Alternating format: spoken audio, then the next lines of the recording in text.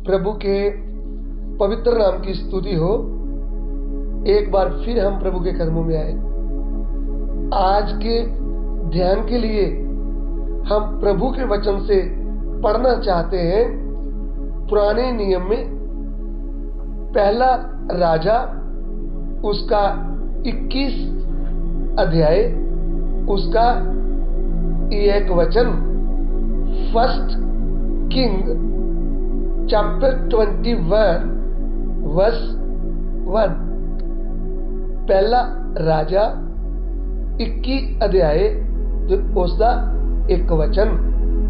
ਤਾਂ ਐਂ ਹੋਇਆ ਕਿ ਇਹਨਾਂ ਗੱਲਾਂ ਦੇ ਪਿੱਛੋਂ ਨਬੋਤ ਇਜ਼ਰਾਈਲੀ ਦੇ ਕੋਲ ਅੰਗੂਰਾਂ ਦਾ ਬਾਗ ਸੀ, ਜਿਹੜਾ ਇਜ਼ਰਾਈਲ ਵਿੱਚ ਅਤੇ ਸਾਮਰੀਆ ਦੇ ਬਾਦਸ਼ਾਹ ਆਹਾਬ ਦੇ महल ਦੇ ਨਾਲ लगवा ਸੀ। नाबोत नामक एक इजरायली की एक दाख की बारी शोमरोन के राजा अहाब के राज मंदिर के पास इजराइल में थी। इन बातों के बाद अहाब ने नाबोत से कहा, तेरी दाख की बारी मेरे घर के पास है, तू मुझे दे कि मैं उसमें सागपत की बारी लगाऊं और मैं उसके बदले तुझे उससे अच्छी एक वाटिका दूंगा।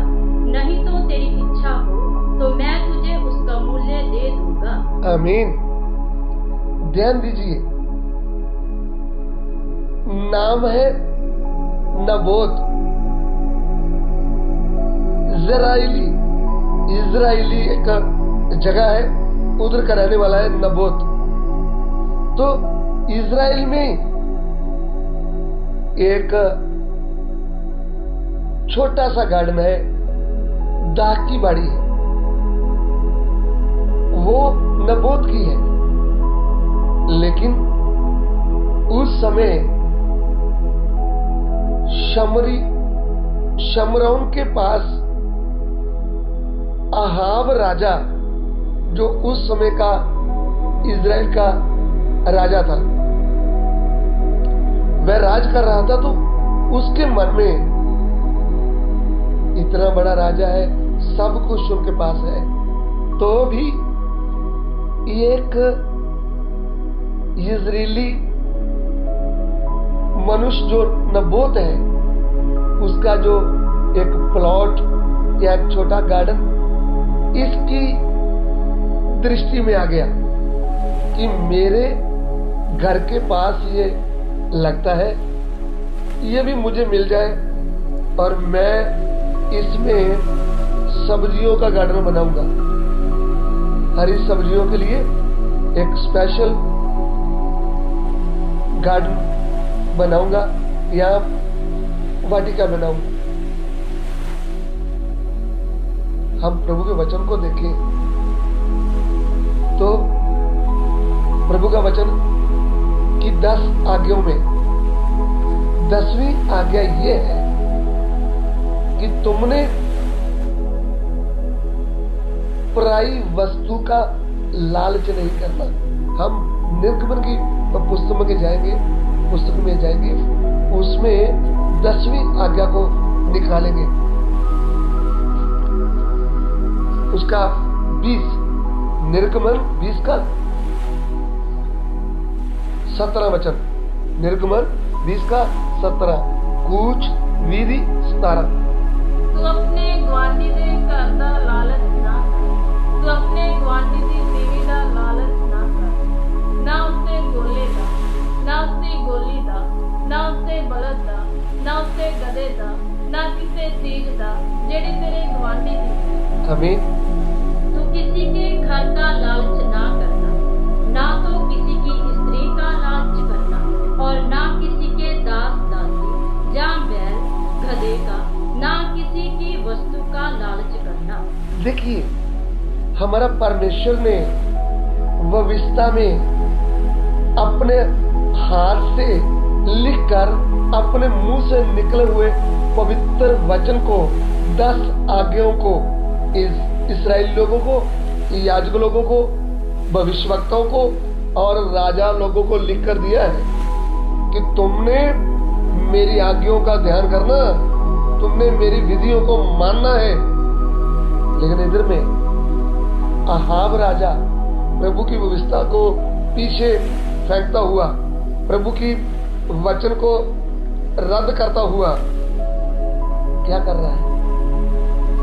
उसके छोटे प्लॉट में, उसके गार्डन में, उसके जो दाग की बारी है उसमें मन लगा रहा है, उसका लालच कर रहा है कि ये मेरे घर के पास लगता है ना, तो मुझे ये दे दे, मैं आपको कोई और दूर गार्डन दे दूंगा, नहीं है तो मैं आपको थोड़ा चांदी का रुपया दे दूंगा।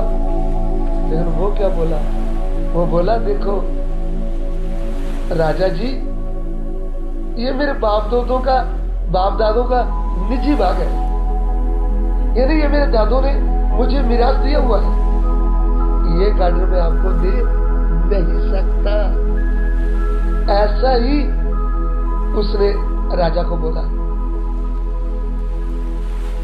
इधर में प्रभु के वचन से हमको क्या सीख मिलती है कि जब हमारे पास प्रभु ने सब कुछ दे रखा है, हम फिर दूसरे की वस्तु का लालच क्यों करते हैं? वस्तु चाहे प्लाट हो, चाहे सोना चांदी हो, चाहे मोबाइल फोन हो, चाहे ड्रेस सूट हो, चाहे घर का प्लाट हो, कुछ भी हो, हमको पड़ोस की वस्तु का क्या नहीं करना चाहिए? लालच नहीं करना चाहिए। यहां तक प्रभु ने खोलकर लिख दिया है, तुम पड़ोसी की स्त्री का भी क्या नहीं करना? लालच नहीं करना। क्यों लिखा है? क्योंकि पड़ोसी की स्त्री खूबसूरत हो सकती है, आपकी स्त्री थोड़ा सांवली हो सकती है। तूने अपने पड़ोसी के पति का भी क्या नहीं करना? लालच नहीं करना। आपका पति सांवला हो सकता है, आपके पति की हाइट कम हो सकती है, तो पड़ोसी का जो बहन है उसका पति हाइट वाला हो सकता है, लंबे कद का हो सकता है, वो खूबसूरत हो सकता है। तुमने क्या नहीं करना? उसका लालच नहीं करना। तुमने दूसरे की अच्छी घड़ी देखकर उसका लालच नहीं करना है, मुझे दे दो, ये सूट मुझे दे दो, इसका कलर मेरे पास नहीं है। हे लालची भाई बहन, प्रभु के वचन को बन जाना। पराई वस्तु का क्या नहीं करना? हाय दीदी, ये चप्पल कहाँ से लाए हो? ये मुझे दे दो ना, आप और ले आओ ना। आपके अंदर वचन है तो 10 रुपए की वस्तु है तो भी आपने पराई वस्तु का क्या नहीं करना? लालच नहीं करना। यह है प्रभु की आज्ञा। लेकिन राजा प्रभु की व्यवस्था को याद ना करता हुआ, व्यवस्था को छोड़ता हुआ प्लॉट का लालच किया। उस नबोत भाई ने आगे से मना किया। तब इतना क्वेश्चन के पास है तो भी अपने घर में जाकर निराश होकर लेट गया, खाना नहीं खाया, दुखी हो गया। उस गार्डन से, उस प्लॉट से उसकी पत्नी जो है वो तो पहले ही प्रभु के लोगों के विरोधी है। वो आकर पूछती है, तुम क्यों उदास पड़े हो? खाना क्यों नहीं खाया? तेरे को क्या हो गया? तब बोलता है, नबोत से मैंने गार्डन पूछा था, दाग की बारी हमारे लिए हमें दे दो, उसके बदले में हम आपको गार्डन दे देंगे और हम आपको पैसा भी देंगे। लेकिन वो मानता नहीं है, वो बोलता मैं नहीं आपको दूंगा। इसलिए मेरा मन बहुत परेशान। वो क्या बोलती है, इस्राएल में तू राज करता है ना, तू तो राजा है, चल उठकर भोजन कर, मैं तुझे प्लॉट दुआ दूंगी, देखना इतनी में प्लॉट आ जाएगा। तब इस स्त्री ने क्या किया? इस स्त्री ने शहर के बुजुर्गों को एक लेटर लिखा है, पत्र लिखा, बोला ये जो नबोत है ना, इसको पंचायत में बुलाओ, इसने प्रभु को और राजा को बुरा बात किया है, दुर्वचन बोला है, ये मरने के योग है। तो आप 2 शैतान के पुत्रों को ले लो और ये इनके मुंह पर बैठकर बोलेंगे इन्होंने राजा को और परमेश्वर को बुरा बोला, तो वो इसकी गवाही देंगे, फिर इनको खींच कर ले जाएंगे, इनको पत्थर मार मार करके मार देना। उन्होंने ऐसा ही किया, झूठा इल्जाम नबोत के ऊपर लगाकर उसको पथराव करके मार डाला और उसका प्लॉट राजा ने ले लिया। मेरे प्रिय भाई बहनों, जब हम प्रभु में नहीं थे, जब हमारी बुद्धि नहीं खुली थी, जब हम विश्वासी नहीं थे, जब हम सेवक नहीं थे, जब हम एल्डर्स नहीं थे, तब हम दूसरे की वस्तु का लालच करते थे। लेकिन आज जब हम प्रभु को जान लिया है, जब हमारी बुद्धि खुल गई है, जब हमारे हाथ में लिखकर दे दिया है कि पवित्र लोगों में लोभ का नाम भी नहीं होना चाहिए, लालच का नाम भी नहीं होना चाहिए, क्या आज हम पराई वस्तु का लालच करते हैं या हमने जय पाया? या हम विश्वासी के घर में जाकर उसको ऐसा तो नहीं बोलते ये मुर्गा मुझे दोगे, मैंने लेना है। उसके घर में 4-5 मुर्गे दिख रहे थे, आपने उनसे पूछा मुझे एक मुर्गा मूल लेना है, तो बोले नहीं नहीं नहीं सर, आपको थोड़ी मूल देना है, आप पैसे दे देंगे। क्या ये लालच नहीं है? मुर्गा हो या पैसा हो या उसकी वस्तु हो, हम लालच करके मांगते हैं तो ये प्रभु की दृष्टि में पाप नहीं है। हम इस वचन को पढ़ते हैं, अगर ये लालच है, पराई वस्तु का लालच है, तो हमने प्रभु की 10वीं आज्ञा को तोड़ डाला है और नए नियम में हमने लालच किया है जो मूर्ति पूजा के बराबर है। इफिसियों की पत्री में लिखा है लालच जो है वह मूर्ति पूजा के समान है। इफिसियों 5:3 से 5 जब हम पढ़ते हैं,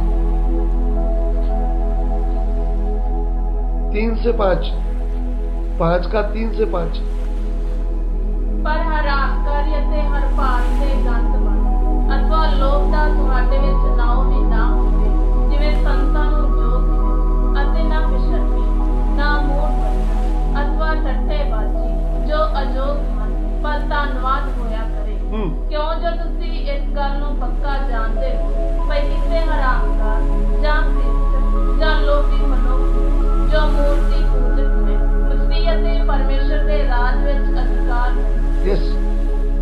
जैसा पवित्र लोगों के योग्य है, वैसा तुम में व्यभिचार और किसी प्रकार के अशुद्ध काम जहाँ लोग की चर्चा तक ना हो, और ना निर्लज्जता, ना मूर्खता की बातचीत, ना ठट्ठों की, क्योंकि ये बातें शोभा नहीं देती, वरन धन्यवाद ही सुना जाए, क्योंकि तुम यह जानते हो कि किसी व्यभिचारी जहाँ अशुद्ध जन, जहाँ लोभी मनुष्य की जो मूर्ति पूजक के बराबर है, मसीह और परमेश्वर के राज्य में मिरास नहीं।